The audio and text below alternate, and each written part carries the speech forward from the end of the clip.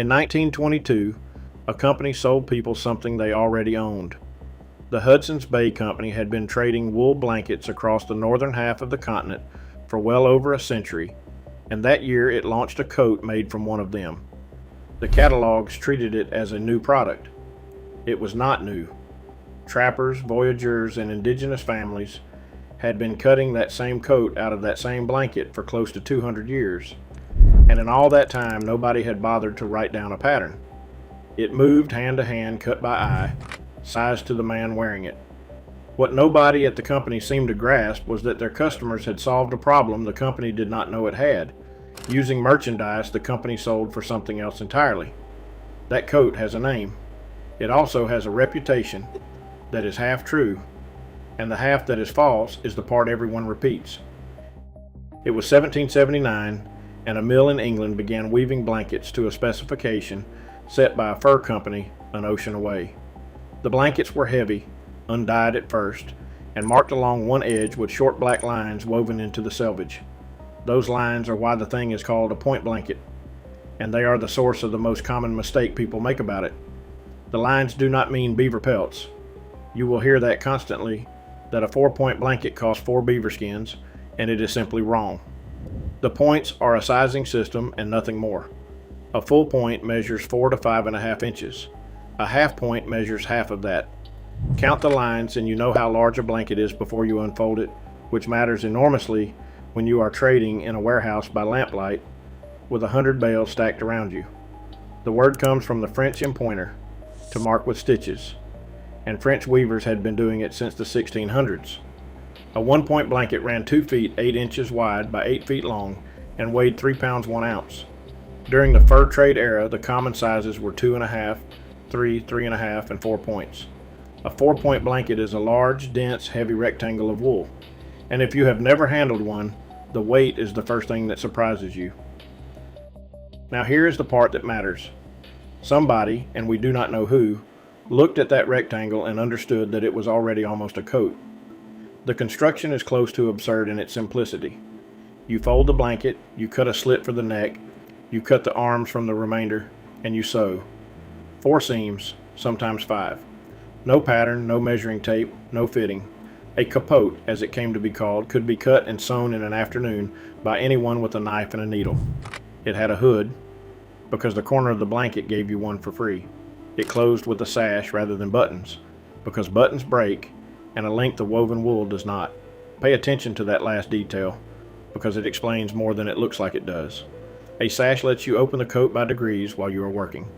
You loosen it as you split wood and you cinch it when you stop. And that single adjustment is the difference between arriving at camp dry and arriving at camp soaked in your own sweat. Anybody who has hiked in cold weather in a modern jacket knows the feeling of being too warm at mile 2 and freezing at mile 4. The sash solved that with no zipper, no pit vents, and no membrane. There was almost no waste either. The offcuts became mittens, leggings, and hoods. One blanket, one garment system, and whatever was left over went into the next thing that needed covering. And the coat was never meant to work alone, which is a point that gets lost every time somebody photographs one on a mannequin. Underneath it went a shirt, usually linen or wool, and over that another wool layer, and below the waist wool leggings that ran from ankle to thigh. On the feet, moccasins with dry grass or fur stuffed inside as insulation, because leather alone against snow is a poor idea, and everybody knew it. The capote was the outer wall of a system, and the system had a rule that every part of it obeyed. Nothing tight anywhere. Not the leggings, not the moccasins, not the coat. Compression closes the air spaces, and the air is what keeps you alive. That rule is the same one that governs modern cold weather gear, and it is the one people break most often. A boot laced hard against a thick sock is a colder boot. A jacket zipped over 3 layers pressed flat is a colder jacket. The men cutting blankets into coats did not have a term for loft, and they organized their entire wardrobe around protecting it. If this were only a story about clever peasants, it would end there. It does not, because in 1811 an army placed an order. In November of that year, Captain Charles Roberts commanded the British post at Fort St. Joseph, in what is now Ontario, near the straits at Mackinac. Winter was coming and his men did not have coats. There was no supply ship arriving in time, no depot to draw from, and no tailor within any useful distance. So a trader named John Askin Jr. took a contract to solve it.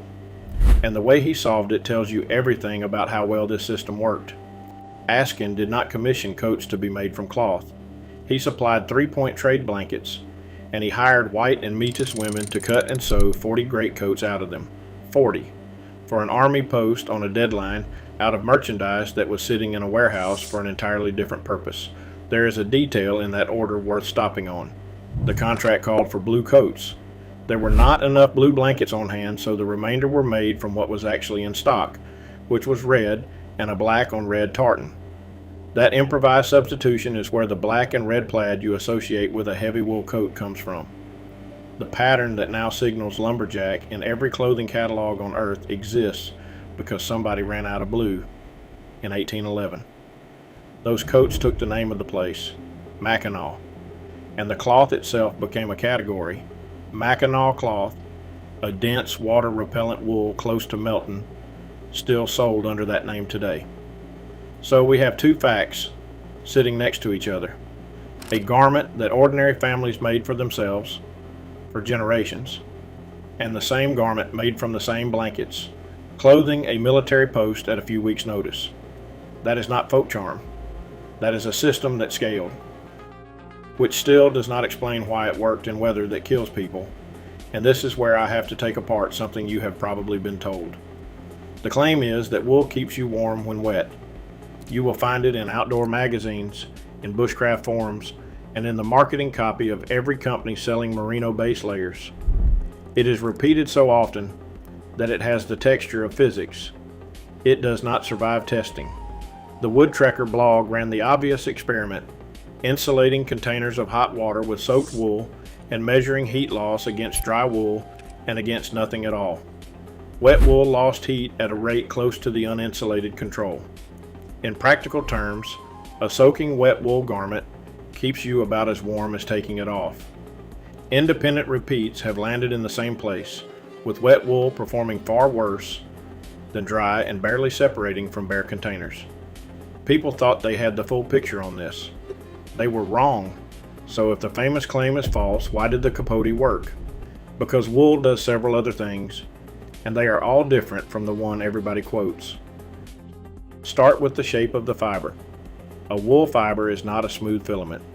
It is crimped, meaning it waves back and forth along its length, and fine wool can carry 20 to 100 crimps in a single inch. Stack millions of those together and the crimp holds the fibers apart, which creates a structure that is mostly AIR by volume. Air is the actual insulator. The wool is just the scaffolding that keeps the air from moving. Then look at the surface. Each fiber is covered in overlapping scales, and heat crossing that surface does not travel in a straight line. It takes a longer, more obstructed path, which slows the transfer.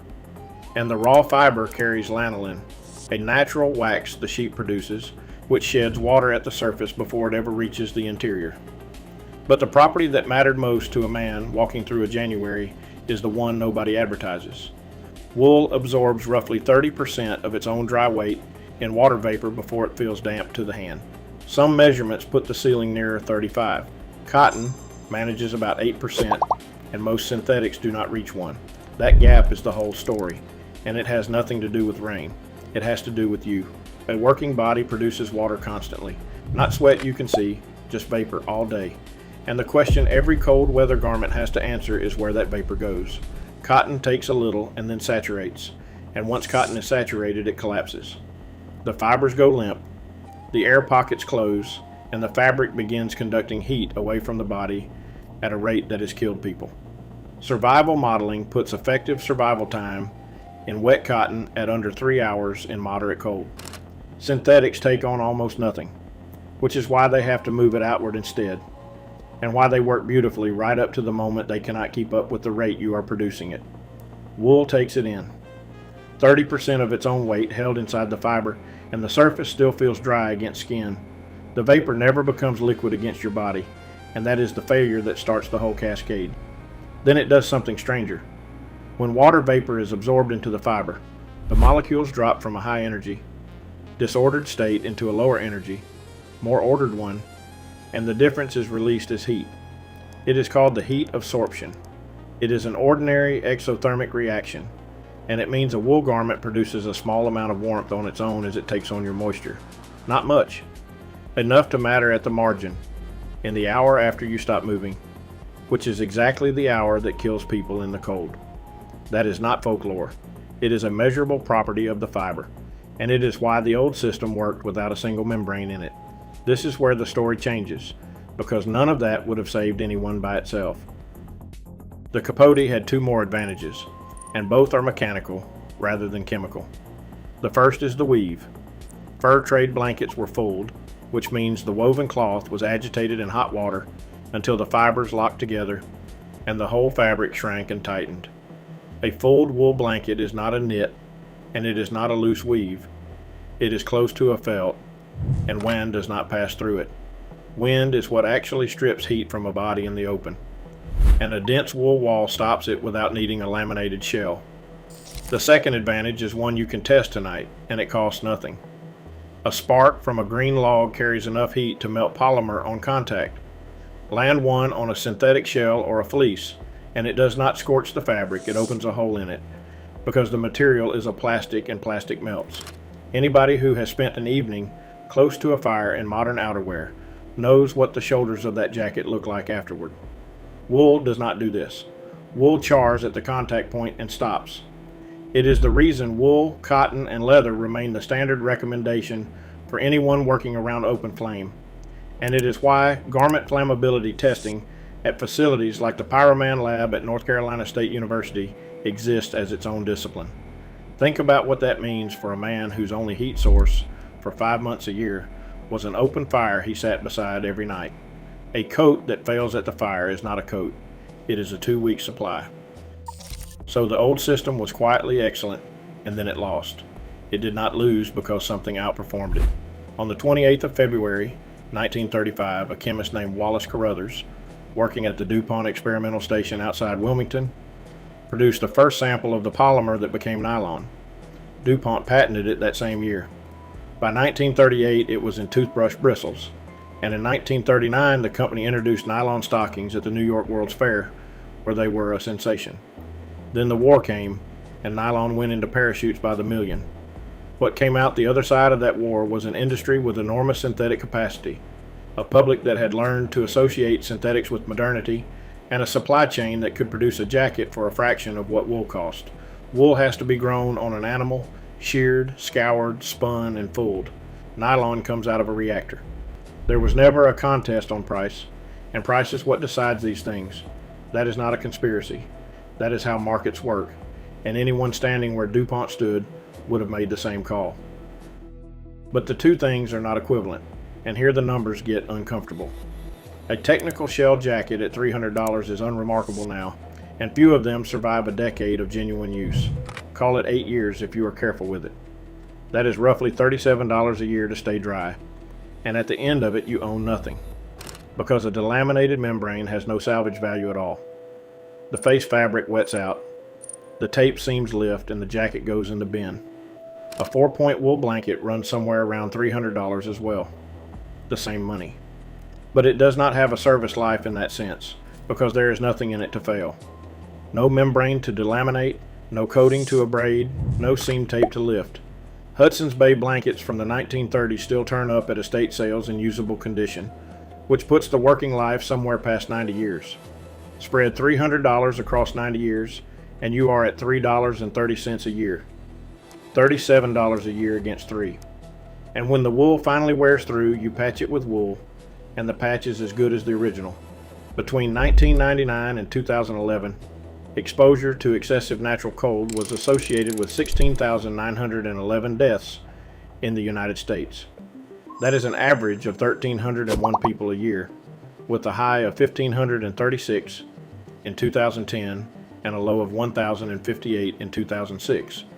Those are Centers for Disease Control figures, and they cover a period in which technical outerwear was available in every town in the country. Cold is not a solved problem. It is a problem we have decided to solve by buying something. You would think somebody would have said something about that. Nobody did. So here's the practical part, and I want to be honest about the limits of it before I hand it over. A capote is a weekend project for anyone who can sew a straight seam. You need one blanket, ideally 3.5 or 4 point, in wool with no synthetic content in the blend. Check the label carefully because a great many blankets sold as wool blankets today are wool blends with polyester, and polyester in the mix brings the melting problem straight back to your shoulders. Fold the blanket in half across its width so the fold sits at your shoulders. Cut the neck opening at the fold. Cut 2 rectangles from the remaining width for sleeves and take the hood from a corner section. Sew the side seams, set the sleeves, attach the hood, and finish the raw edges so the cut wool cannot unravel. A sash from the leftover strip closes it. Before any of that, there is the matter of buying the right blanket, and this is where most of the money gets wasted. 3 checks, and they take about a minute in a shop. First, the label, for the reason already given. Anything with polyester in the blend is a different product wearing the same word. Second, the density. Take a fold of the cloth between 2 fingers and press. A blanket that has been properly fulled feels solid, almost like a thin felt, and it does not open up into visible weave when you stretch it. A loosely woven blanket will let daylight through when you hold it up, and daylight means wind. Third, the weight. A genuine 4-point blanket in wool runs somewhere in the region of 6 pounds. If a blanket sold as 4-point weighs half that, it is either not the size it claims or it is not the fiber it claims. The way beginners ruin the cutting is by making the body too narrow. The whole system depends on wearing layers underneath and on having air between the wool and your skin, and a fitted capote is a bad coat. Cut it generous. If it looks slightly too large lying flat on the floor, it is close to correct. The second mistake is skipping the finish on the cut edges. Fulled wool resists unraveling better than a loose weave does, but a raw edge on a garment that gets dragged through brush will eventually open, and once it starts, it runs. 2 honest limits. This coat is not waterproof, and it never was. In sustained rain, it will soak, and soaked wool is heavy and, as we established a few minutes ago, close to useless thermally. This was a dry, cold garment for a dry, cold climate, and the men who wore it planned their travel around that fact. It is also heavy, 4 pounds and upward, which is nothing on a sled and quite a lot on your shoulders across 20 miles. Do one thing this weekend if you want to test the principle before committing to the project. Take any wool blanket you already own, wear it over your shoulders the next time you sit outside in the cold, and pay attention to what happens roughly 20 minutes after you stop moving. That is the window where a synthetic layer starts feeling clammy, and a wool one does not. You are feeling the vapor handling and the sorption heat, and it costs you nothing to find out whether I am telling you the truth. I am not your outfitter, and nobody here is telling you to throw out a jacket that works. The point is narrower than that. The thing the jacket replaced was not primitive, and it solved 2 problems. The jacket still does not solve it all. The Hudson's Bay Company began selling that coat in 1922 and treated it as an innovation. Captain Roberts had 40 of them stitched out of trade goods in 1811, and families had been making them long before that. The blanket is still woven, still marked with the same short black lines along the edge, and still perfectly capable of becoming a coat in an afternoon. Nothing about it was ever lost. We just stopped cutting. If you have made one or your family had one, put it in the comments. I want to know what points it was. If you found something here worth keeping, hit like and subscribe. We dig up forgotten building knowledge, lost frontier techniques, and the old methods that still beat what replaced them. Share this with somebody who just spent $300 on a coat that will not last a decade.